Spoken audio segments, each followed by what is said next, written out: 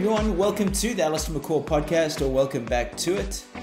In this episode, we've got part 2 of Lessons in Leadership, the best of 2021. Now, I'll be honest, I'd only planned on making one episode, which was the first one, obviously, in episode 4.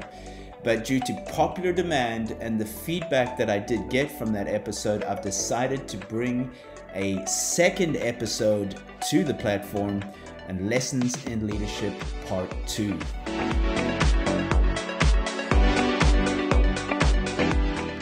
As always, a massive thanks to all of you who've shared an episode on the Allistair podcast, be it on social media or with a friend or colleague.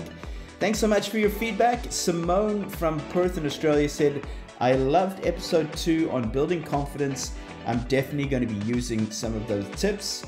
Conrad from San Jose, California said, I really enjoyed episode 3 on your 10 rules of success.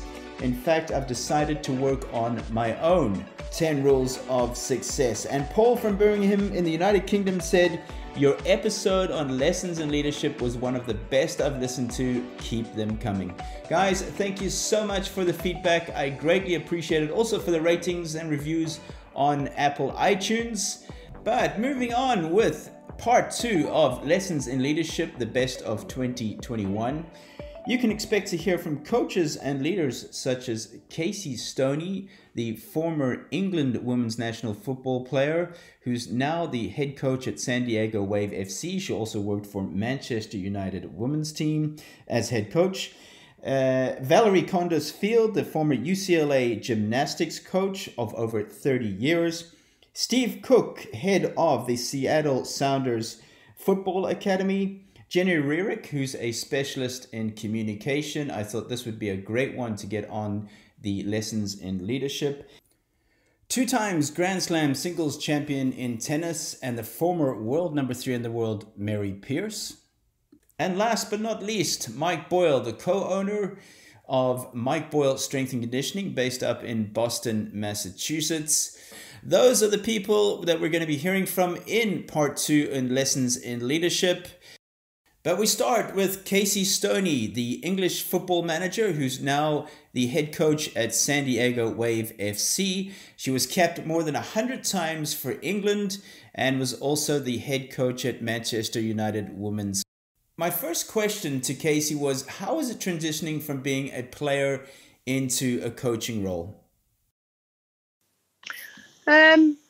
Obviously it's not easy. I think the first transition you're doing is retiring, which is absolutely terrifying, because when you retire, you lose probably your identity, possibly your entire income overnight, and you don't know what you're going to do. So I was lucky in terms of transitioning into my role with Phil, but I'd kind of set myself up for that. I've been coaching since I was 16. I've been a head coach before. I've been looked after academy programs, and I've coached for every club that I've been at, because I wanted to make sure that I was prepared when I retired. And I love coaching. I really enjoy the game. The biggest challenges for me were kind of, I have to say, like laying boundaries, because some of these people I'd played with, some of these people I played against, and I wasn't always the nicest person on the pitch because, like I said, I always wanted to win. And making sure that they knew that I was going to be the boss from now on. I was going to be the head coach. You know, I was going to have difficult conversations with them. I was potentially going to drop them, leave them out. I'm deciding on contract. So, you know, I really removed myself and laid the boundaries from the start, which was, it was a challenge, but obviously some of them were my friends, so I had to distance myself a little bit in that way. I then asked Casey, did she find it important to set those standards and boundaries early? Absolutely, because I think I can always come back in a little bit if I need to. I think if you don't set those boundaries and you try to go the other way, it's virtually impossible. So, you know, I think those boundaries had to be set from the start. I'd probably been, you know, transitioning in my role a little bit through being captains, and also I was in the leadership group at England, and I spoke to the manager quite a lot, and he leaned on me quite a lot at England as well. So that transition had happened a little bit previously. Probably the biggest challenge is the loneliness, if I'm honest, because you're not a teammate anymore. You're being a manager and a head coach is sometimes a very lonely place to be. because you are making the decisions. It does fall on you. You've got to have the difficult conversations. You've got to drop people. You've got to leave people out. You've got to pick the team. So for me, it was a huge challenge in terms of that, and just saying it's on me now. But I'm okay with it. It was a challenge, but I think I've adjusted. I think also I had to try and build an entire squad and staff within 4 weeks. So that in itself was a real challenge when I got the job at Manchester United. But yeah, I think it's just adjusting, and you know, I'm super, super critical of myself as well. So any poor performance is always a reflection on me. Now, something so important in leadership is the ability to have the hard and difficult conversations. And you might have noticed already from past episodes, when I get the chance to speak to a leader and someone as experienced as Casey, I ask them how they approach the hard and difficult conversations. I think number one, you have to have them. Do not avoid them. And the most important thing for me is be clear on what your honest message is, because as a player, I always said, I just want honesty. I might not always like what you're going to say to me, but I'll respect you if you're honest with me. And I don't avoid the honest conversations. Do I like having them? No, I don't think anyone does.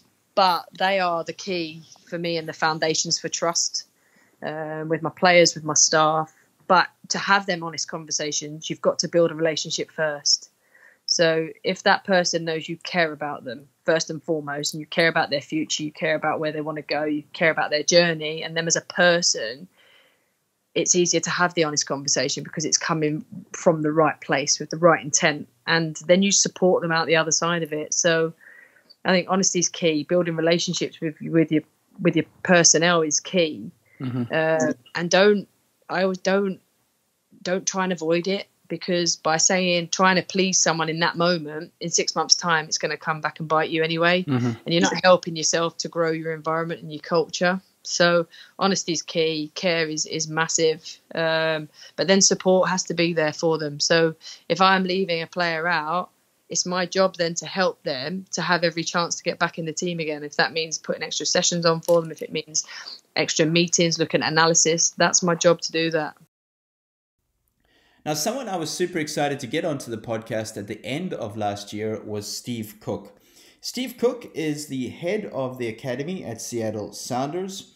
He's also spent some time at Energy FC in Oklahoma. He spent 8 seasons at the Colorado Rapids and started his career at Sheffield Wednesday. Now, Steve is someone who's known to have high standards and who's an absolute professional in what he does. I asked him about his standards and values and what it was like there at Seattle Sounders. I think that the best part of that I've ever heard is that it's the way we do things here. And I think, obviously, I am that way of a person, but also Seattle Sounders bring that out in you as well. And most places I've been have brought that out, where, you know, driving these standards daily becomes who you are. And I don't know whether that is a given. I think we often talk about things like hard work and commitment and effort and perseverance like they are givens. And yet we talk about talents of running fast or lifting heavy in a gym or being so technically, tactically aware as abilities. Well, I actually believe firmly in the idea that hard work is also an ability that can be improved. And I think effort every day and the relentless pursuit and being a great teammate are not just givens that we attribute to, those that we consider good characters, but I think they can be improved and learned. And I think they're just as important as all of the physical and technical gifts that we believe are the actual gifts. You know, during this conversation with Steve, I realized how his coaching and leadership philosophy aligned with the way he was brought up. Being brought up in a working class family, he was taught the value of hard work and effort. My next question to Steve was, what did he see in a great leader? Yeah, a leader for me, I think there are so many great leaders, and obviously people in the public eye, whether it be politics or business or sport or in the social world, catch the eye. And I think most people have leadership qualities in them. It might be leading a family. It might be leading a small business. It might be leading a couple of different people. And I think everybody has this. Some will never know the names, but I think the reality is that many, many people do great, great work. If you ask me what a great leader is and who I believe they have the ability to inspire. They have the ability to enthuse so many different people and connect people with discipline and organization to a common goal, a common thread. And I think I see that in Seattle. Leaders with vision of the future, even though other people might not see it, and then have the daily intensity to try to get there and to keep reminding people of that vision, even especially in the dark days. And I think most great leaders that I would enjoy listening to or being around they're very people-centered. They have a great deal of empathy for other humans, and especially the difficulties that we all face every day. And I don't care who you are in the world, we're all human beings and we all have tough moments. And I think they have that love for people, and they use that word love quite often, I think, a lot of people. And when I look at true leaders, Nelson Mandela, Muhammad Ali, Martin Luther King, people who transcend, they're iconic, but they transcend just their small field and go into world society and are leaders of massive numbers of people, and even leaders of people like myself who will never meet these people, will never know these people, but even just reading about them. Sir Alex Ferguson, I think, is something from our sporting world. Phil Jackson from our sporting world. Greg Popovich, Steve Kerr, they have this ability to not just lead their team and their group and their local community, but I think they can speak to the much broader world population as well. And these are people who, I'm sure they're determined. I'm sure they're relentless. I'm sure they're on time. I'm sure they plan sessions. I'm sure they do all that. But they're just a bit larger than life in terms of being able to have other people aspire to be better. Finally, I asked Steve what he had seen in great teams. And was it important to have more than one leader? I think if you look at all the great teams, and I don't just mean sport teams, I'm talking whether it be business teams or political teams or the best movie makers in the world, when they bring that group of people together, they have a collection of great people. They have a collection of great leaders. And you said the biggest thing I think there is you use the word trust. And it's not just that the coach can trust the player. It's that all the players can trust each other, and the players can trust the coaching staff. And that comes from that authenticity. I think it comes from being vulnerable and being able to be open and share your fears and share your doubts and especially on the tough days. And we have these moments all the time in team sport where various things happen that are, it might be a personal problem. It might be a professional problem where we get to share our vulnerabilities and show a side of us that is authentic. And I think when we do that, it garners trust. Now, someone that needs little introduction when it comes to gymnastics is Valerie Kondos, one of the most successful gymnastics coaches in college ever. She was the head coach of the UCLA Bruins gymnastics team between 1991 to 2019, leading the Bruins to 7 national championship titles. And one of the questions I asked her on the podcast was, how does she build relationships with so many team members? So, for example, on the UCLA team, there was 18 to 22 athletes. How is it possible to form individual relationships? Well, any relationship takes time, and it takes time because you got to build trust. And so a few things. One is I had individual meetings quite often with them. I love that. 2 is I made a commitment to myself that every day I was going to connect with every single student athlete on the team. Even it was just going up to them and patting them on the back and saying, "How's your day going?" And then listening to their response. I wanted them to know that I knew and valued that they were there. And so, obviously I have in any relationship, any coach has stronger relationships with some of the athletes than he or she does with other athletes. And I've had quite a few athletes over the years tell me they wish they had a closer relationship with me when they were there. But what they don't understand is, like, take Caitlin Ohashi and I. We have an unbelievably close relationship. Well, it wasn't me seeking that relationship out. It was the student athlete. And so the athletes that I have had the strongest relationships with and still have the strongest relationships are the ones that sought me out, the ones that stopped by my office just to check in and say hi and not even talk about gymnastics. And I think being able to develop that relationship outside of the gym was super, super valuable in building their trust and in getting buy-in. Now, guys, I've enjoyed every conversation I've had with my guests on the podcast. But talking with Valerie really made me realize how fortunate I was growing up and having teachers and coaches who were just like her. Honest, told the truth, were direct, tough, and fair. During this conversation, I asked her to elaborate a little bit more on relationships and building trust. I say this in my TED Talk, and it's so true, that the number one ingredient for relationships is trust. And it takes a long time to develop trust. And it takes a very short time to break the trust. Yep. So, but if coaches would put in the time to develop the trust with the athlete, that the athlete knows you care more about them as a human being than you do as an athlete. Like, I care more about their mental, emotional, and physical well-being than I do, are we going to win a national championship?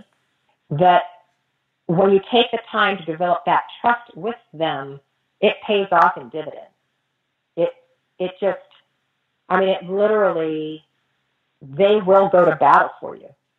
I've had a few athletes tell me that it was when I talked to them as a normal human being that they made this definite decision in their lives that they would champion me their entire career at UCLA. Now, if you also listened to part 1 of Lessons in Leadership, the Best of 2021, which was episode 4 on the Allistair McCall podcast, you would have heard and found that the commonality of all great coaches and leaders is that they drive high standards and values. And Valerie is no exception. I asked her about her standards and values within the UCLA program, and it was interesting that she used the example of chewing gum and Britney Spears. Now, you might be thinking, well, what's the big deal with Britney Spears and chewing gum? Take a listen, and you'll find out why. I can honestly say that everything that I instituted with our team, implemented, there was a reason behind it. And it wasn't because I didn't like gum. Because people go, oh, Miss Val hates gum. I'm like, no, actually, I really like to chew gum.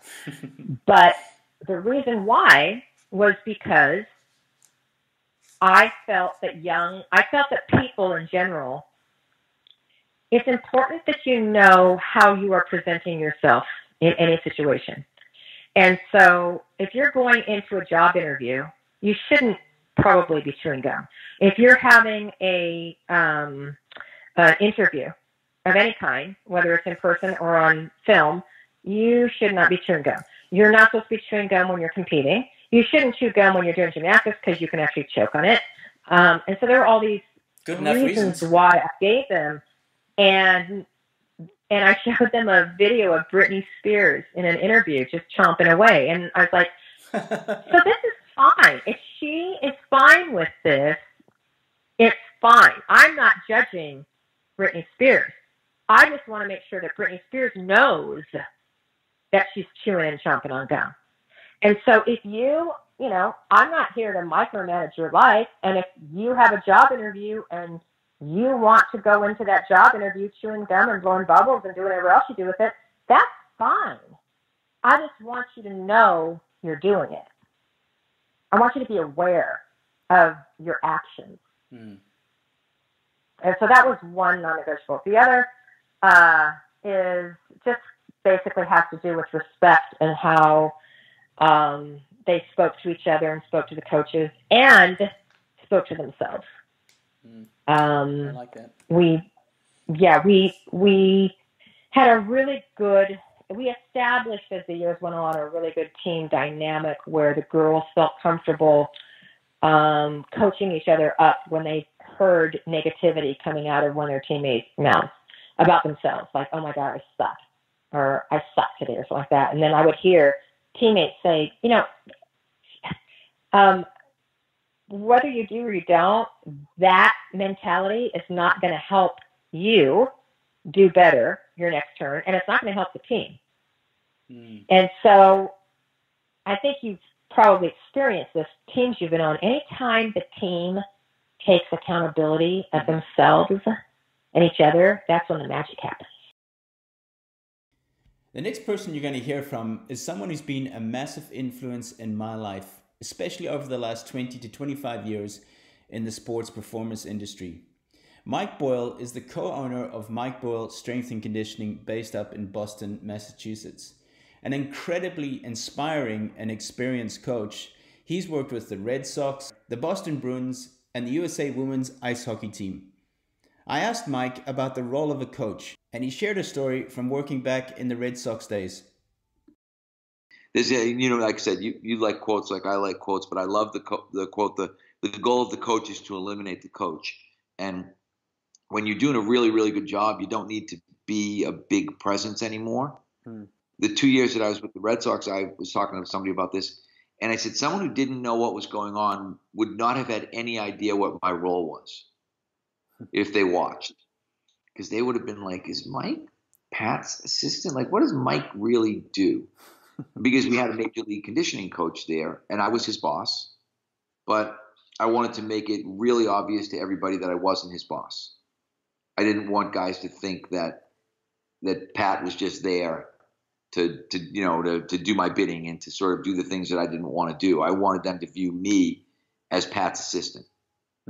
And some of the guys, I think, did that. And some of the guys, would make comments to me, especially some of the smarter guys, the guys who got it. And they'd be like, you're actually in charge, aren't you? And I'd be like, well, maybe. Maybe I am in charge. Maybe I'm not. Why? What's it to you kind of thing. And they just laugh. But I think that's really good coaching is when you can you get to the point where you don't have it. Like, I don't have an ego anymore. I guess I do. I shouldn't say I don't. I still worry about, is someone going to like my book? Does someone think my talk was good? That kind of stuff. Yeah, I guess that does still bother me, but I don't need to be the front man. I look at it, it's like being in a band and thinking I can just be on the side and be the bass player, and no one's ever going to know that I'm the guy that started the band and that I'm the thought process behind the whole thing. I want them looking at the lead singer and looking at the lead guitar player and thinking these guys are unbelievable. Yeah. And so that's the way I view it now, and I think that's what allows me to live the life that I lead, which is one that I'm really happy with. I'm not, as I said, I'm not constantly trying to shove myself to the front. When it comes to the tennis world, Mary Pierce needs no introduction. A 2-time Grand Slam champion and former number 3 in the world, Mary was not only a great player, but is a great person. I've been super privileged to get to know Mary over the past 15 years or so, and even had the opportunity to work alongside her. One of the questions I asked Mary on the podcast was, what was it like working with Nick Bollettieri, the world famous tennis coach, and what was it about him that made him so special? Nick's really special. He, first of all, is super passionate about what he does. I mean, he'll coach until he dies, probably. It's just what he was born to do. He loves it. And so that he loves what he does.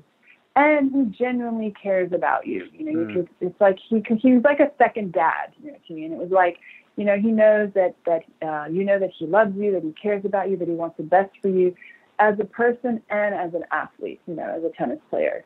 And so when you really feel that person that is so passionate about what they do and they really care about you and they push you and they want you to do the best, it makes you want to do your best also, for him when you're out on the court training. It's like he's able to get the best out of you. And I think for me, that was his greatest gift and quality, which is really not easy to do, but he just knew how to get the best out of you, you know, and was able to do that with everybody, you know, male or female, you know, no matter what age or what level you were at. That was definitely Nick's gift of, you know, getting straight to the point, working hard, quality, intense, you know, getting the best out of you. And, you know, he was very open, very honest, and very direct, you know, so he would say the things just as they are. So there was no hiding or beating around the bush about anything, you know, with Nick. And he made you definitely work hard and brought the best out of you. It was so inspiring to chat with Mary, definitely one of the hardest working players there was on the tour. Have a listen to what she says in this next piece, where she talks about the importance of having coaches that are able to give you the honest truth, even if you like it or not.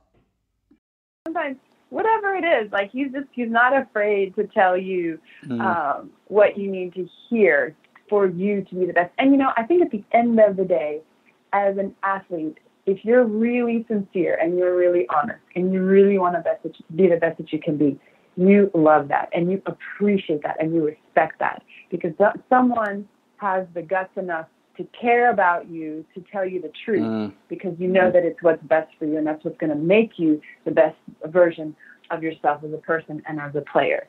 And, you know, a lot of coaches sometimes are afraid. Excuse me, they're afraid to say something because they're afraid, you know, the player is going to get upset, or then they're not going to want to work with them anymore. And, you know, I think that's unfortunate. And I think that, you know, you need to really just tell them what's best for them to be the best. And I think if they really want to be the best, they'll take it. It's not, you know, and look, there wasn't always things that my coaches said or that Nick said that was easy to hear or that I liked in the moment. Definitely not. There were many times like, you know, like I didn't like it, but I knew it was right and I knew it was good for me and I did it and I listened to them. And at the end of the day, you're glad that you did because you know it was right and you know it was what's best for you. Our final guest in this episode is the communication specialist, Jenny Rearick. I had her on the podcast as communication is one of the most important things there is to leadership. One of the things I asked her was how to deal with difficult people, and she shared this 3-step approach. So the first step is that I'm of the personal opinion that we need to stop thinking about people as difficult people. What that does is right away it sets us up that everything that person says from then on out is going to go through this filter that we've put up of them being a difficult person, and we're almost always going to react defensively, which is not helpful to them or us. And so I think we need to get away from calling people difficult people. The second thing is that when people are difficult, we become defensive, and there are 2 reasons for that. It's because almost always we feel like they're threatening our authority and that they don't have the quote-unquote right to do that. Or the second thing is that difficult people are usually people who challenge us and they ask us a lot of questions, and those questions aren't always questions we know the answer to. And so from an ego perspective, we don't like that either. And so we see them as a threat to us. But a book that I had read was saying that difficult people are the people who built America. We were built by people who constantly challenged authority and wanted to push the status quo. And that's how we need to look at people that we interact with who are challenging us, is that they don't have bad intentions, because most people, like 99% of people, are nice, reasonable people. And their curiosity and suspicion and them asking us questions is not a threat. That's a challenge to us to rise to the occasion. And it also puts a spotlight on areas that we probably need to know more about or develop within ourselves. So let's stop labeling them as difficult.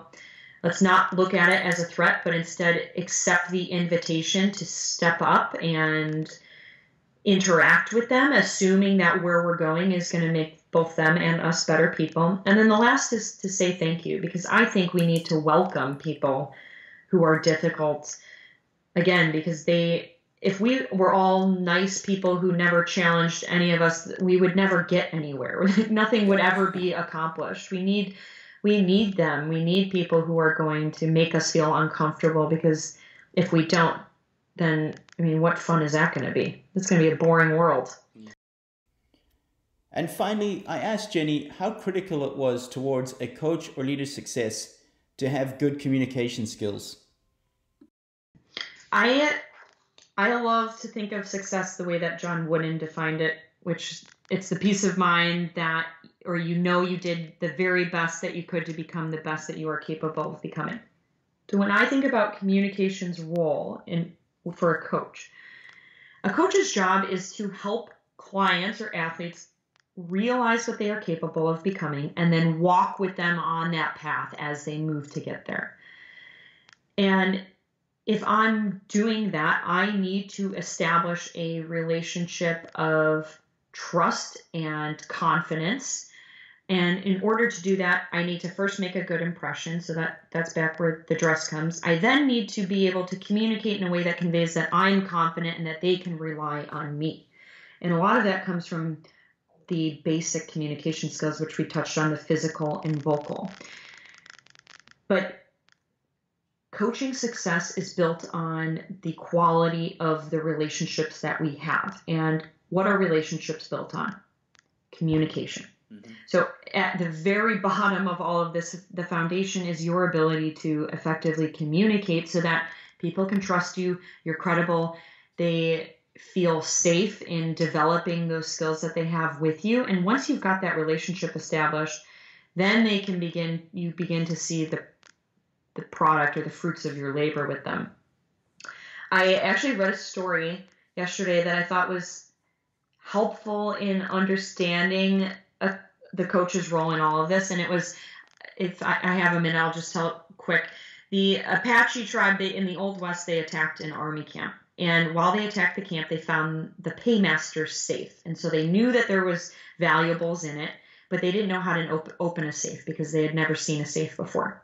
They took it back to their camp and they were hitting it with rocks. They roasted it in a fire. They hit it with a tomahawk. They tried gunpowder, soaking it in a river, but nothing worked to open this safe. So the chief had an idea and he said, let's push it over the cliff.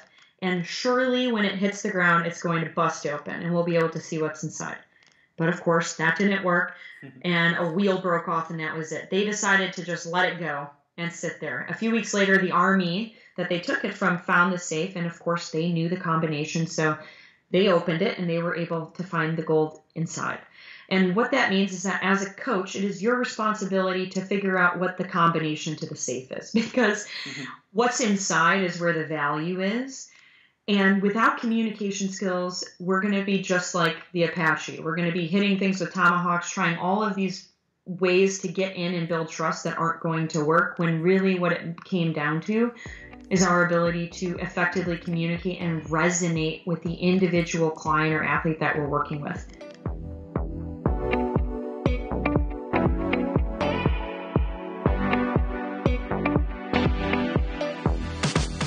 And there you have it, part 2 of Lessons in Leadership, the best of 2021. I hope you enjoyed that.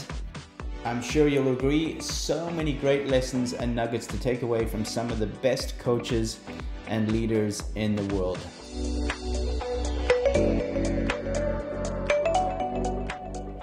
As always, a massive thanks for your ratings and reviews of the podcast. Also for sharing any episodes, I greatly appreciate it.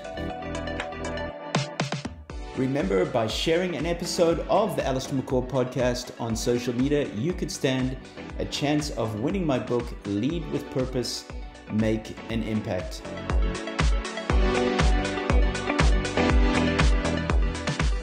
If you'd like to be mentored by me, or you'd like me to work with your team on a culture, leadership, or mindset basis, get in touch with me by sending me an email at info@allistairmccall.com.